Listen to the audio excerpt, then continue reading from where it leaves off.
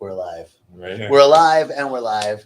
Welcome to I Got My Miracle. I'm here with Ken, who, each week at Rythmia, we select one individual to sort of represent the field of transformation that occurred this week. And so this week, we were like Ken's share in closing group was amazing, and his week was amazing, even though it was tough to begin with. So we wanted to have a conversation with Ken, and I'm super grateful that you're joining us. So I'll just say a little bit about Rythmia. Rythmia Life Advancement Center is a medically licensed retreat center in Guanacaste, Costa Rica. And our whole program is based on a miracle. And a miracle for Rythmia is when you see who you've become, merge with your soul and heal your heart. That process is the process of releasing old limiting beliefs about ourselves that have been unconsciously stopping us, and stepping powerfully into our future as our most authentic self. And it's powerful, and it happens every week. So without further ado, we're going to talk to Ken and find out what his miracle was. Hey, brother. Hello, how you doing? I'm really good. Thank you for saying yes. Yeah, of course. So just a little bit of information. How did you hear about Rythmia? So I have a friend who came down here about 1.5 years ago. He was doing some work on himself, came down here, discovered Rythmia, came back, couldn't be quiet about it. Everything he said sounded amazing. And then, he's like, hey, I think you really need to come down here. And so I did, and here I am. And I wish I had come down sooner. I mean, I think the timing was right, but it's been an absolute treat to be down here. So, and what was the thing that had you say, I think I need to or want to come down? Yeah, I think I've been interested since I heard about it, but it is, when you hear some of the things, there's slight hesitations here and there. And then, I just hit a point in my life this year where I was like, everything that they say that they do, the miracles, everything that I've heard about it, I just had this moment where I was like, I need that right now more than I think I've needed it before. And the timing just worked out. And so here I am. So there was something about this miracle that called you. Yeah, it was definitely called down here. Definitely. Because there was times that came up earlier in the year where I could have come and I kind of waffled on it. And I'm glad I did, because I think I needed it more now when I came this time. I think the timing was better. I think it aligned more with, I think I had a better success because of when I chose to come down here. So the call definitely is a thing. I would agree, right? Yeah. The call, when you hear that, when it's like, and everything aligns, like divine timing. So, okay, so you got here, you got on the plane. You're from, where are you from? From New York City. And what do you do? I work as an account person in a tech agency. And so tell me. Yeah. So we build websites, applications. Basically, if you see it on a screen, we can do it. So I've been working there for about 6 years. Different clients all the time, Rythmia being one of them. So it's quite exciting. I get to do something pretty new basically every day. I always keep up with what's going on in the world. So yeah, it keeps me entertained for sure. And so you flew down, got here, arrived. What was your first impression when you got here? I mean, it was good so far. I mean, the resort is beautiful. Everything's immaculate. I've been to a lot of places before where they're like, oh, this is nice. But there's something here that just feels like it's obviously very kept and very manicured, but still has like a very natural, like organic feel to it. So that was my first impression. And then you start to see the people that are here, because there's that overlap with the guests who were here last week. So that like day or two overlap, and just to see the energy of the people walking in who are all nervous, and then the people of the energy are walking out who are the complete opposite of nervous. I think, seeing the faces on the people who are getting ready to leave and seeing the faces on the people getting here, I was like, okay, something obviously happens when you're here, because this contrast is significant. That's awesome. Yeah. So just to catch you up, we do a retreat every week.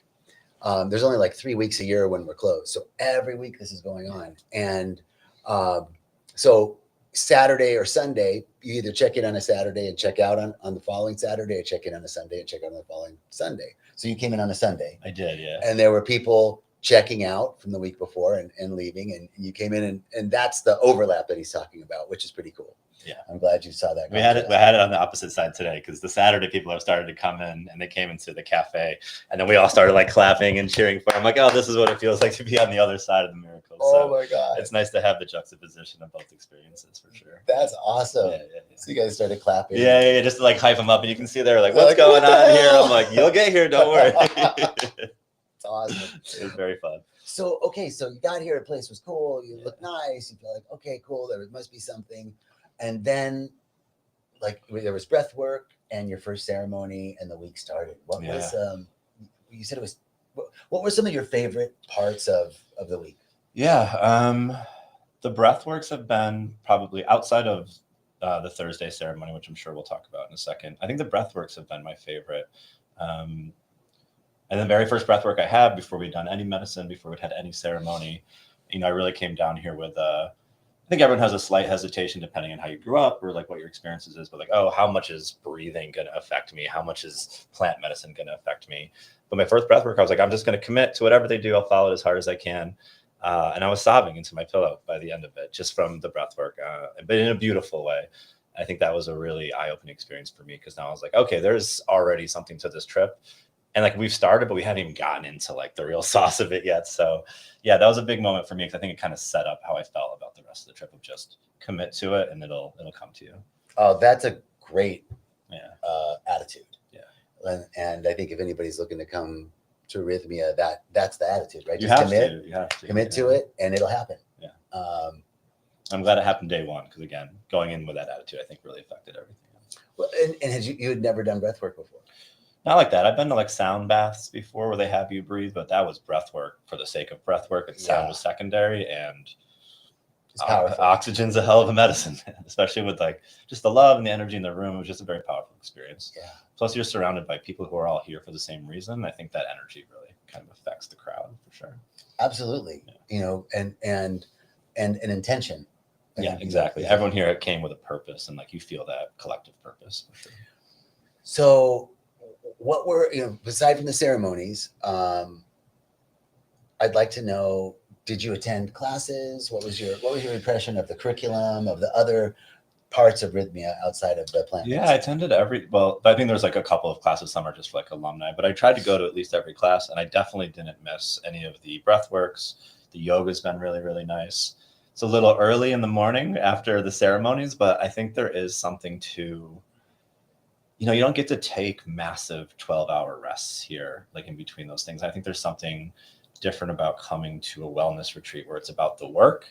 Like it's a vacation, but you're still here to work, right? Yeah. And so you're not going to get 8-9 hours of sleep every night. You're not going to get 4 meals a day if you want them. And I think a little bit of that exhaustion and like having to get up, the discipline of going to it was actually part of the process as well, because it's the discipline in your life that you're here for. So being forced to get up early, being forced to get less sleep, I actually thought was kind of beneficial to how it all worked out. Well, and you don't have to go to yoga. Right? You don't have to. You don't have to get up and do it. But like you don't have to be disciplined in your life either. It's like what you choose to do, and I think choosing to do that helped me. Beautiful. Everything else. Yeah. Right. Like it's really amazing the yoga, the breath work, the meditation, the curriculum, the classes, the support. Mm-hmm. The colonics, the massages, you end up craving it by like a couple days in, right? It's not even a chore anymore. You're like, oh, I don't want to miss that, even if I get 3 hours of sleep. Like I really can't miss yoga, especially with those yoga teachers. I mean, they're great. Amazing. Amazing. Okay, so you were coming in with this sense of like wanting to. There was a call, and there was something that you wanted to change in your life. Yeah. Can you tell me what that was? Yeah, and I think that's maybe why I struggled a little bit is I knew I wanted to be better. I knew I wanted my life to be better. I knew I wanted to be a better person and get back to some of my core values, but I didn't know exactly. I didn't want to come down here with like, I need to fix this specific problem. Like, if I'm drinking too much or I'm doing this, like, obviously I think those will get fixed if I become the person that I want to be. But I wanted to come down here with just an openness to just fix the trajectory, whatever that looked like. So, I'm sure we'll get to in a second, but I think that helped me in some ways. And also being so peripheral also hurt me in a little bit in the beginning because I wasn't able to really dive deeply into what I wanted to because I didn't know what it was. But yeah, I just wanted to be better overall. And I found a way to get there. So tell me now at the end of the week, you wanted to talk about the 4th ceremony. Yeah, I think ceremonies can be, some people have their miracle 3 hours into the first ceremony. Some people are really struggling by the end of the 4th one. I was kind of towards the tail end of that, where the first 3 ceremonies I found beneficial, obviously, but it seemed a lot more physical work, a lot more suffering a little bit.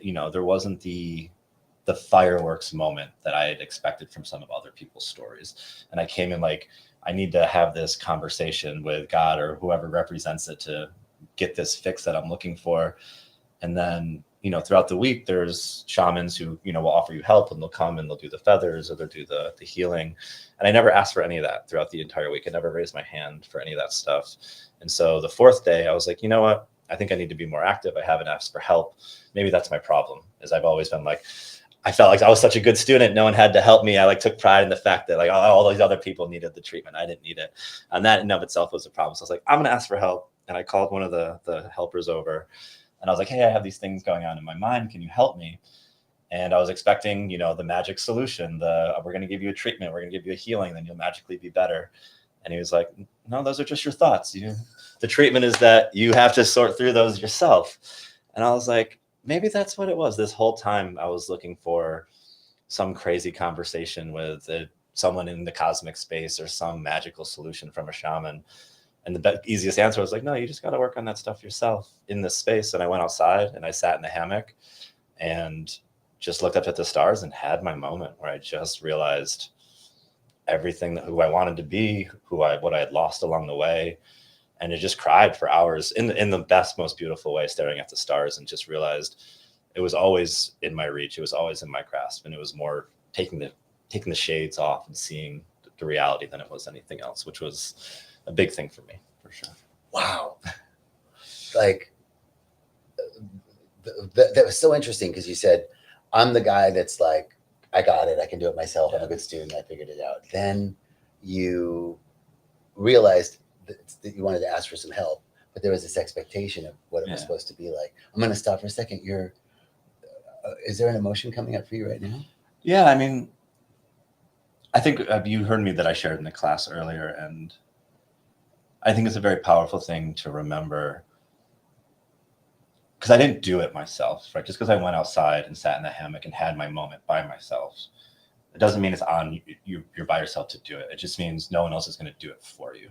But we still had all of the shamans, all of the help, all of the staff that are here, all of the friends that I made along the way. Everyone was part of that process, but that process will never be complete until you do your portion of it. And I think realizing that just because you're the one responsible for the final result doesn't mean you're doing it alone. It was like, really hit hard for me as a person. Yeah. Tell me more about that. Was that part of like who you'd become? Yeah, I think so. I think fiercely independent. Even when I was a kid and stuff, my parents would give me money in a birthday card when I was like 18 or whatever, and I'd leave it on the table, even if I was broke, when I'd go back to my apartment. It's like, I don't need any help and things like that. So I'd actively reject help, even if it would make my life better, because I had to prove that it was me doing it and no one else. And that's a really hard way to get anywhere. So I think realizing that you're responsible for the final success, but that you can take all the help you need to get there, is I think a lesson that really helped me, and probably something I'm sure a lot of other people would benefit from learning from as well. Did you see did you see like an experience in childhood that had you think that?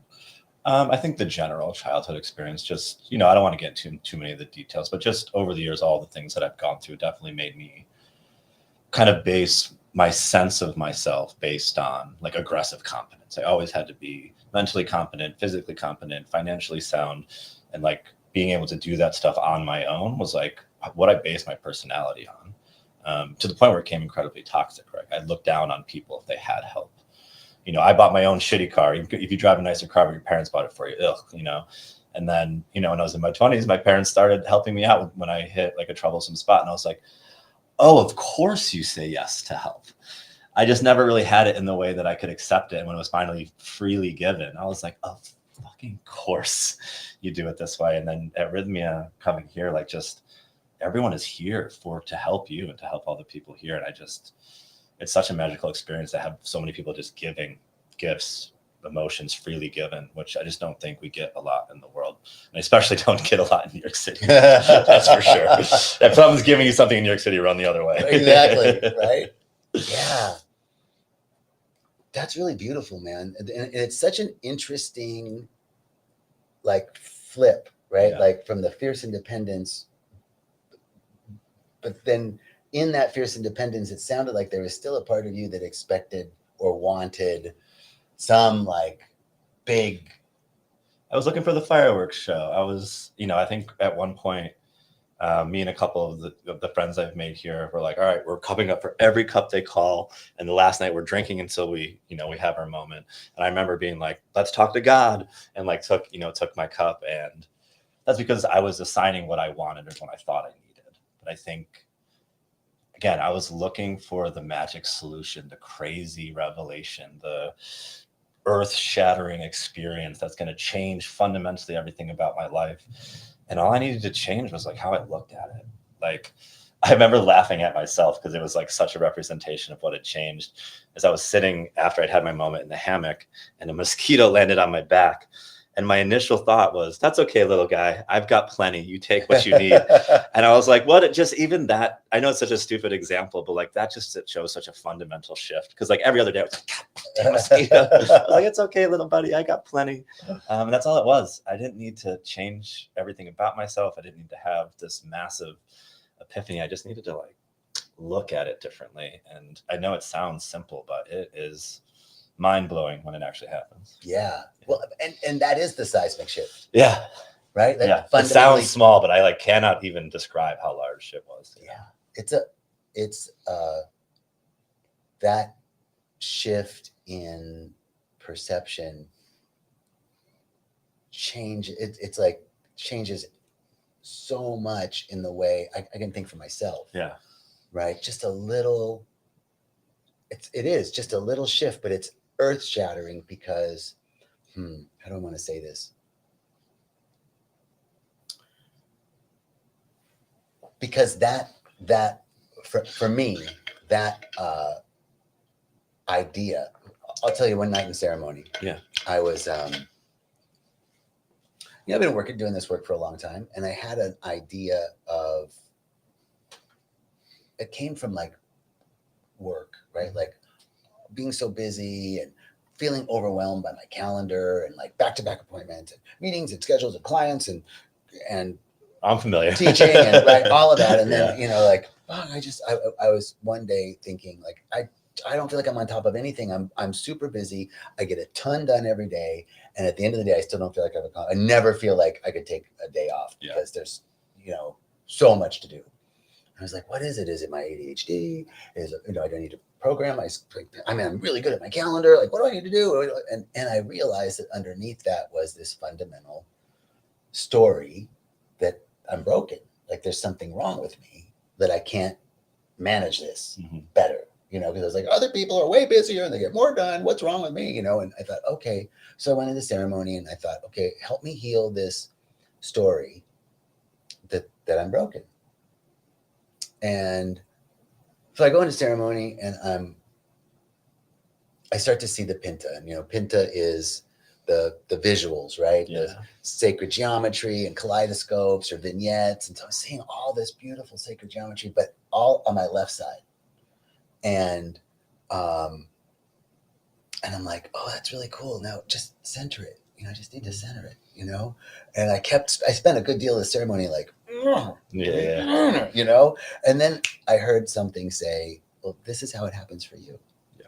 And I feel like that's the shift. Like it's just like, oh, it's okay that it's happening this way. Like that was my shift. Your shift was I can